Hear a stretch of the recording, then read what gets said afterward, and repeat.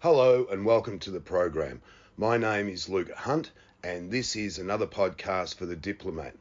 With me today is David Richards, an American artist who has just spent the last 2 years inside Myanmar where he was working as a teacher.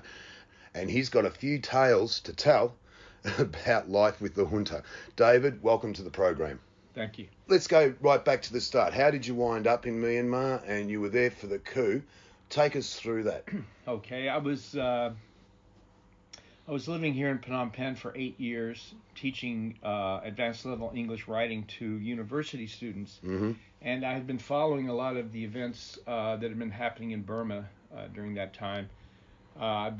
Basically, I've been following the events in Burma from about 1995 until the present time, and I was fascinated by what I was reading about. Most of my information was coming from either the Bangkok Post or from the Cambodia Daily. Right. But you arrived in Myanmar when? 2012. 10 years ago. Okay. And how long were you there for? 10 years. Right. And so you went through the transition to democracy? Correct. And then you were there for the coup? Correct. And take us through the coup. Gather myself here for a minute. The coup was staged on February 1st, 2021. And basically, we all woke up one morning and the military had made an announcement that for a solid year there was going to be a military coup, and the previous election that had happened in 2020 of November was considered fraudulent and not legitimate and rife with corruption. And this is all the take by the military, who basically was saying that the country needed the military to steer them forward, and they didn't any longer need democracy, even though 88% of the 54 million people voted to keep democracy. And when they announced that the coup was going to last a year, it was a shock to everybody. And then a couple of months later, the military announced that they changed their mind. They said, well, it's not going to be a year, it's going to be 2 years. And that's how it started.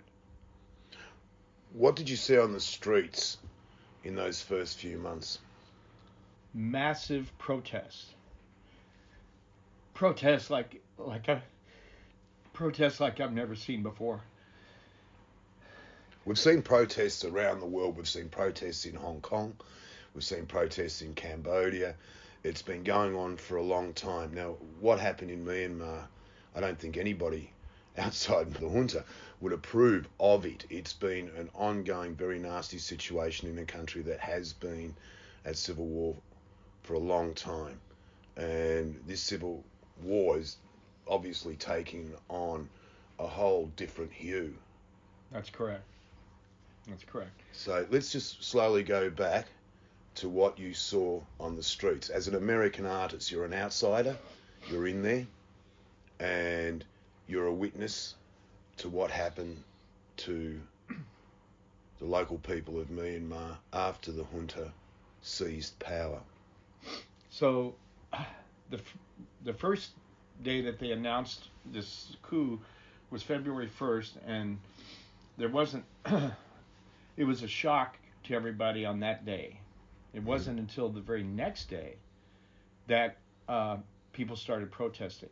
But they wasted no time. The very next day, they were out in full force protesting. And when I say that, they were peaceful protests. From the very beginning, they were peaceful protests. Nobody was being aggressive. Nobody was being confrontational.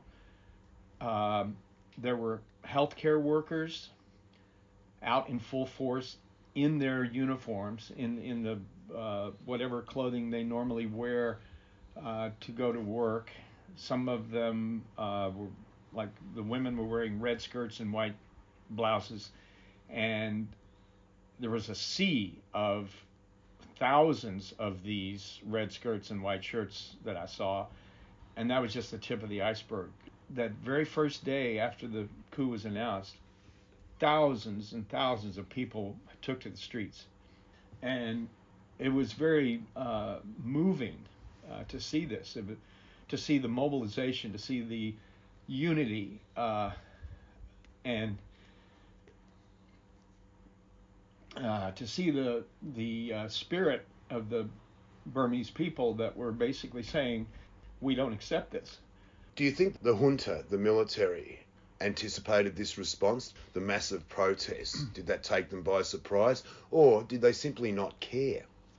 Well, they definitely didn't care, but it definitely took them by surprise. They were not expecting that at all. They were not expecting that kind of pushback.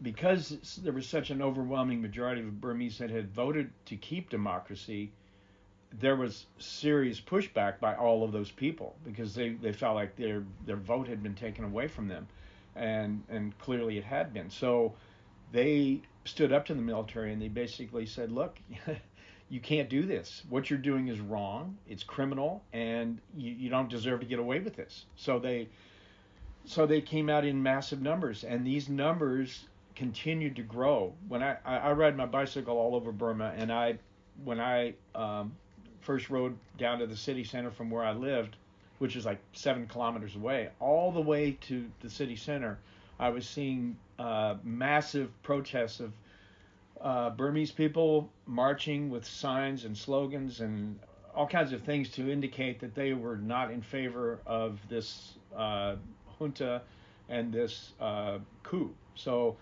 they were expressing themselves in every way possible, but outwardly and openly, and the numbers just kept growing every day. So, like I said, all the way down to the city center, I passed by thousands of protesters that were marching in the streets, and when I got to the city center, it was unbelievable how many people had gathered all around the Sule Pagoda area, and they were chanting. They were again, it was all peaceful, 100%, and there were people playing guitars, singing folk songs. It was like being in the '60s at Woodstock or something, and it was it was that kind of camaraderie among the people, 100% peaceful, not confrontational in any way, and people were just laughing, right? Trying to enjoy the moment as much as possible. They were clearly making their feelings be known, but in the process, they were laughing and smiling and hugging each other and basically saying, "Look, we're all in this together, and we all share the same common feeling that this military needs to be dissolved." At what point did it turn nasty? Was there one specific incident, or just collapsed fairly quickly? It didn't collapse fairly quickly. It actually, the numbers kept growing, and they were growing exponentially. Right. I'm not talking about the numbers. I'm talking about that. I'm talking about at what point did it go pear shaped? What point did it go from this where people are singing Kumbaya and playing their guitars? Right. Lovely, but at what point did it turn nasty? Well, I was getting to that. They basically, as the numbers kept growing, the military was starting to get paranoid about all of that. They first of all, like I said, they were not expecting this to happen. They weren't expecting this kind of pushback at all. And as the numbers kept increasing daily, and the streets were just literally filling up with people, and the protesters were going into neighborhoods chanting, and then as they would go into the neighborhoods, people would come out of their homes and start walking with them and joining with them. And after about, I kept checking on, I kept, not joining the protest, but just going down and witnessing the massive numbers of people and how they were responding to this. As I was seeing this, I was seeing the military starting to assemble on the other side of it. They had a barrier set up where the protesters couldn't go beyond a certain point, and the military was kind of making their stand. They brought in tanks and trucks and guns and basically set up a no entry zone around Sule Pagoda. Right. And that's also where City Hall is, and the High Court and all of that. It's in the central part of the downtown area, and the protesters were right up to the edge of the barriers, and on the other side were the soldiers with their guns out, but not engaging yet, and they were just basically trying to set up for it, and I think what it felt like happened was there was no single incident that led to the retaliation by the military, but I think it just came as a direct order from the top guy. We called him MLA. Those were the first letters of each of his names, and just to make it simple, we'll just call him MLA. And he directed these orders throughout the coup, and is still doing that. Basically, he has these arbitrary decisions that he makes that defy logic, and it felt like there was an order that came down at some point where he said, okay, now that these protests have gotten out of control in terms of numbers, they're still peaceful. Nobody's throwing anything at the military. Nobody's spitting on the military, though they certainly wanted to. And basically, after about a week of the numbers continuing to grow and everything, the military just started opening fire. They started firing tear gas right. into the open crowds, and then when that didn't seem to disperse the crowds as much as they wanted, then they started firing rubber bullets into the crowds. And this is a crowd of people who have no weapons at all. Mm-hmm. And then following the rubber bullets came the real bullets. Right. And that's when people started running to get away. Now, how much longer after that Aung San Suu Kyi came out and said, join the resistance? It was probably about 3 months into the coup when everybody pretty much realized that these guys aren't going anywhere, that they're here to stay, and they mean business, and they're going to stop at nothing to maintain their power, even though it was illegitimate power. They were determined to, make this coup last. Mm-hmm. And there have been a lot of attempts by protest leaders and whatever to reach out to the international community. The Burmese people really felt that the international community was going to rescue them from this. How would they do that? I mean, I've heard a lot of complaints about the international community, and certainly, I mean, they've got everybody's sympathy. There's been a lot of sanctions imposed, but what would people expect? An invasion? Yeah, they really thought that. They really thought that somebody, that the international community would get together. They would see what's going on in Burma, and they would be they would condemn it, which they've done. Yeah, and in addition to just condemning it, they would actually take action. And that action would be to take out the top guys. I mean, what, they expected to go in and pluck them out of their military hideouts and arrest them and whisk them off to. I mean, what I'm trying to get at is, I mean, Burma has descended into a consistent state of civil war for many decades now, right. Up and down. Now, some people still don't want to call it a civil war. What's going on? But it is there now, exactly. But it is, right. For sure. So, what can the international community do? I mean, let's get logistically real here. I mean, the Americans are not going to invade Burma, right, to overthrow Hong Min Hlang, who I presume you mean as MLA. Exactly. Right. Neither, and nobody else is going to do it. ASEAN has proven itself to be a complete joke. Yeah. True. Fair words. Yeah, exactly. So what actually can be done that could be done, as opposed to raising people's expectations to a point where they can only be disappointed on top of the coup. Well, the Burmese people are very idealistic and very romantic in the way they approach life in general, and they had this romantic notion that you know the cavalry was going to come in and take care of the military, and the life would carry on back to democracy as it should have been. And again, this is not a realistic perception. This is not a realistic solution. It's not going to happen that way. But personally, I feel that if Obama was still president, and this happened, he would have staged a zero dark 30 type of operation, gone in and extracted the top guys, and the young guys who take orders from this guy would just be going, wow, what do we do now? You just cut off the head of the snake. Now what do we do? I think that's wishful thinking. I really doubt it that is wishful thinking. It but is. Let's get back to the reality. Right. Tell me about life on the ground. How did life change after the coup? And the resistance forces have been doing tie-ups now with the ethnic groups who have been staging this long-running civil war, particularly around the fringes of the country. How did life change? Well, before I get to that, let me just answer your previous question about Aung San Suu Kyi. 3 months into the coup, about that, it might have been a little bit more, my memory's a little foggy on those kinds of details, but she basically made the announcement over the internet that, okay, nobody's coming to rescue us.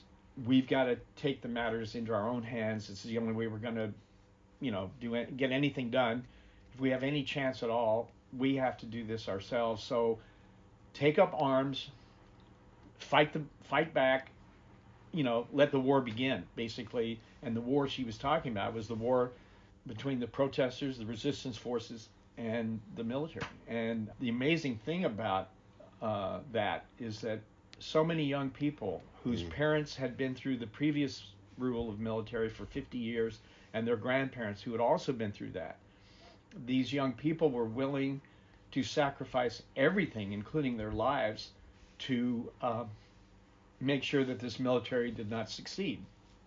There were a lot of young people that just went out there every day with the attitude, look, I don't care if I die doing this, but I refuse to accept this military. I refuse to let them rob us of our future, and therefore we're gonna fight back. And it might be the David versus Goliath kind of syndrome, but they were willing to make that sacrifice. And how did that change life on the ground, your daily? There started to be more widespread fear about going out of your homes because it felt like real civil war was on its way. The civil war had already been going on in Burma for a number of years, as you mentioned earlier, with all the ethnic groups fighting against the military and the military burning down their villages and all that kind of stuff for many, many years, decades. And this was taking on a new twist because the protesters, who were just civilians, who had no military training or combat training whatsoever, were reaching out to the ethnic groups and saying, okay, you guys have been fighting the military all these years. We want to join you, and we want you to train us, and we want you to give us weapons, because we want to go after these guys in every way we know how, and every way you can teach us. And so they took that approach.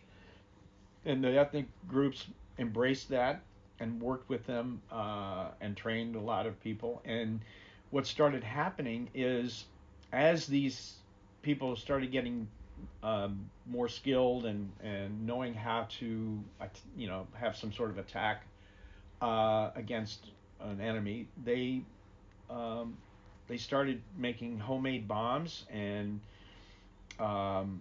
there were these random explosions that were happening every day in the city, in the capital city of Rangoon, where the police and the military had set up all these different bunkers on city blocks, like the Secretariat building, which takes up an entire city block, and is a building where General Aung San was assassinated back in the late 40s. There were bunkers set up on one of the corners of that property, and then on the opposite corner of that same property. And there were bunkers set up all over the city. And when I'm talking about bunkers, I'm talking about a military-style bunker of sandbags piled maybe 2 meters high, and then an empty helmet would be set up on top of the sandbags to make it look like there was somebody wearing the helmet. But in fact, the soldiers were hiding behind the sandbags because they were frightened out of their minds. This military has never fought any kind of military battle ever. The only enemy they've ever had since their inception has been fighting civilians. They've never fought another military force of any kind. The last time that happened in Burma was back when kings were fighting each other on elephants. You know, so this military had zero experience with somebody attacking them. All they did was attack innocent, unarmed citizens with weaponry, and the citizens had no weaponry. So this is the kind of target this is the kind of behavior that they were exhibiting. So these guys were frightened out of their minds of the normal people. They were frightened of Aung San Suu Kyi, who never had any weapons either. They were threatened by her because she had such charisma with the Burmese people. They loved her so much that it was a real threat to the military, and that's why they wanted to put her away for as long as they could, to wipe out the memory of her among the people. But you know, the people see right through that, and they didn't for a second believe that she was a criminal or that she did anything wrong, even though the military was spreading all these lies and propaganda that she was a criminal. Again, just trying to make her disappear. Right, now getting back to my original question, life on the street, how was it? I mean, how difficult was it to get a loaf of bread? How hard was it? How hard is it now? I mean, you've only just gotten out. How more difficult has it become over the last 2 years to live in Rangoon and the other provincial cities of the country, around the country? The supply chains started drying up. It was harder to get goods and services into the country because anything that was being imported from Thailand or neighboring countries had to go through military checkpoints to get to their destination. And there would be a military checkpoint at the borders, and then there would be numerous checkpoints along the way. And in every case, at every checkpoint, there were soldiers holding out their hands saying, well, you got to pay us to go through. Right. You know, so the fact that the drivers of these vehicles carrying supplies and goods and food and things like that, the fact that they had to keep paying these bribes before the products ever made it to their destination drove the prices of everything way up. So it made it so that goods didn't always get through, but even when they did get through, the prices kept increasing. Right. And during the first year of the coup, prices of everything like rice and cooking oil and all the staple basic items tripled in price, and that's countrywide. I mean that was. Well, I'd imagine that the goods on the back of the truck, there wouldn't be much left by the time they got to their final destination. That's also true. Yes. Right. Yeah. So there was that problem, and then because this military has been running the economy into the ground, it was creating more widespread poverty throughout the country. Burma has always been a poor country in a lot of ways, but with development and investment by outside, by foreigners and whatever, the country was doing quite well in a lot of ways. The middle class had started to become more affluent. The people just below the middle class were also becoming more affluent. There was still poverty, and there were still people at the low end of the food chain, but that situation was improving with democracy. It was really, life was becoming better for everyone countrywide. Sure. Because of that. Right. But that was then. That was then. That was then. So now with this coup and the economy going into the shitter, it really created deeper problems widespread poverty, and the military is not very educated. Most of the military, I can safely say, have no more than a third grade education, and given that, if they're going to run the country like they claimed they could do, they needed to have economic advisors. They needed to have somebody who was more educated, more intelligent, somebody Of course, more knowledgeable. those economic advisors like Sean Turnell, the Australian who was a policy advisor for Aung San Suu Kyi, he's still in jail along with all the other educated intellectuals who might have a clue in what should be done with the country. Yeah, they basically locked up Aung San Suu Kyi and all of her associates, everybody connected with her in any way. And these are all the people who had been running the country from a knowledgeable standpoint, and that's why the country was surging upward during that time. And then by eliminating all those people, putting them away, and then not hiring anybody who was competent to take their place, it left a gaping hole in the operation of the country. So if they'd been smart, they would have hired some economic advisors who really did know what was going on, who could actually steer them through this coup, but they didn't, so the country literally was falling apart. What are some of the worst incidents you witnessed? Well, I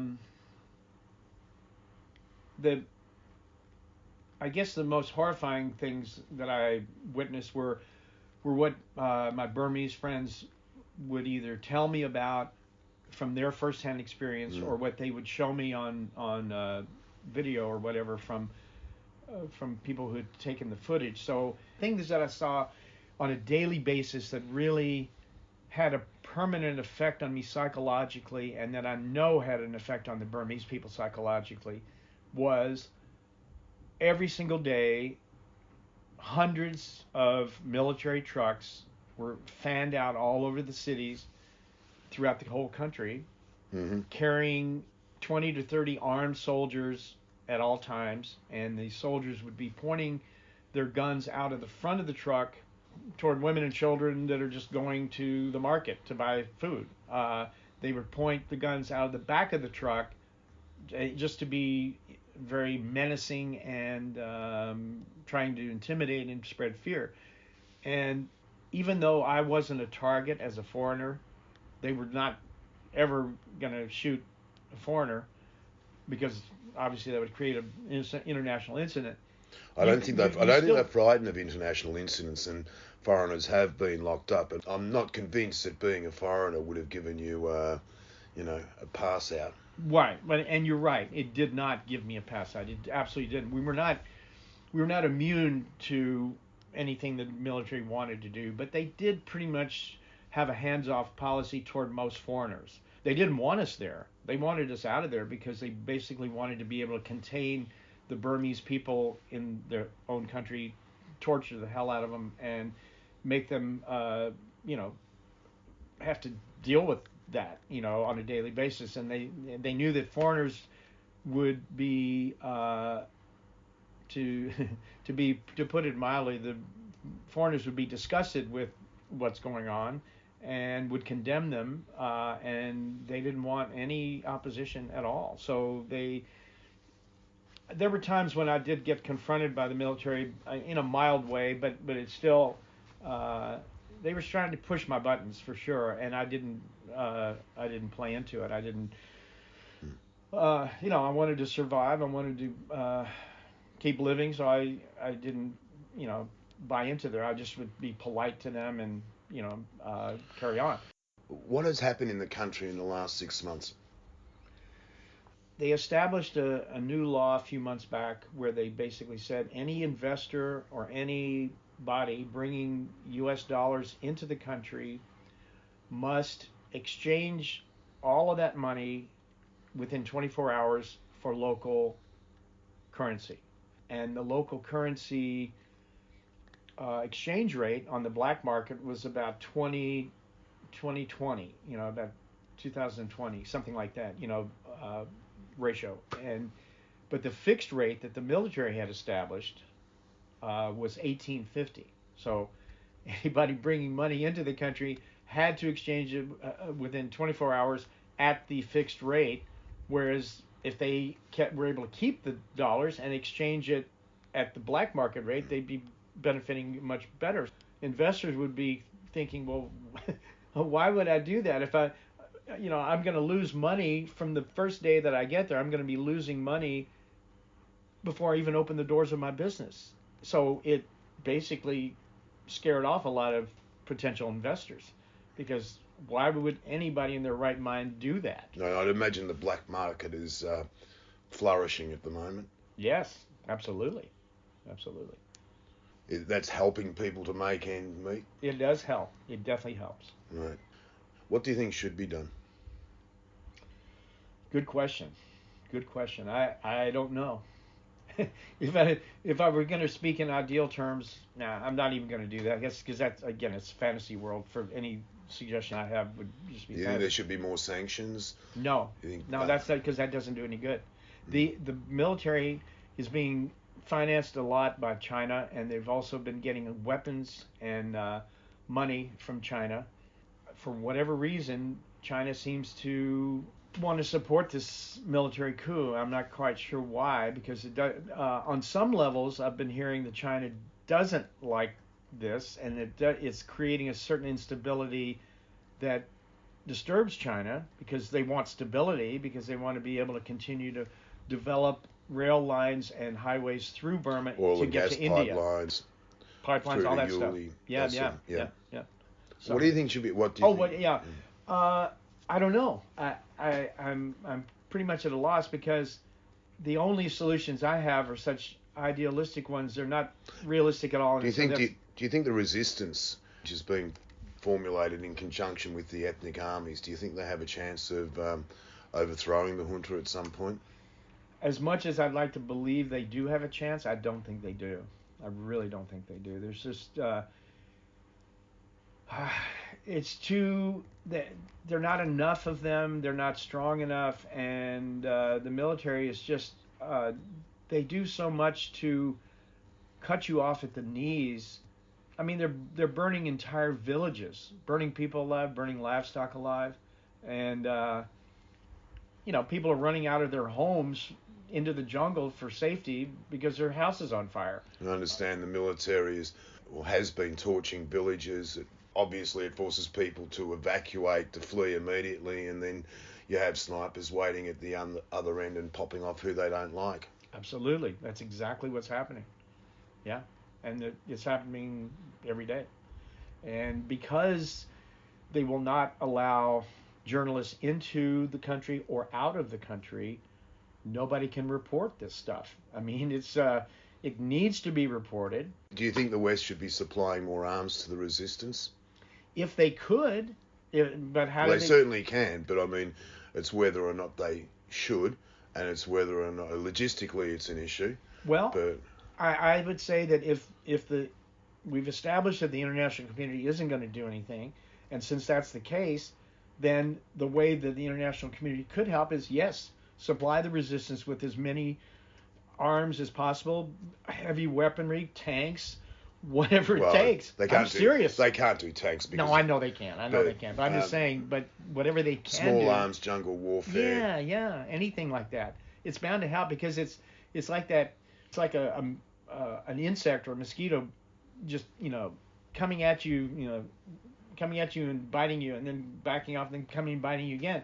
If enough of that kind of thing happened, you could chip away at that military. I think it could be chipped away at, and if there was any way to get to the MLA, the main guy, he needs to be removed from the situation and dealt with properly, judiciously, in an international tribunal for human rights abuses. And on that note, David Richards, artist, teacher, and the man who rode his bike across Myanmar post-coup, thank you very much. You're welcome.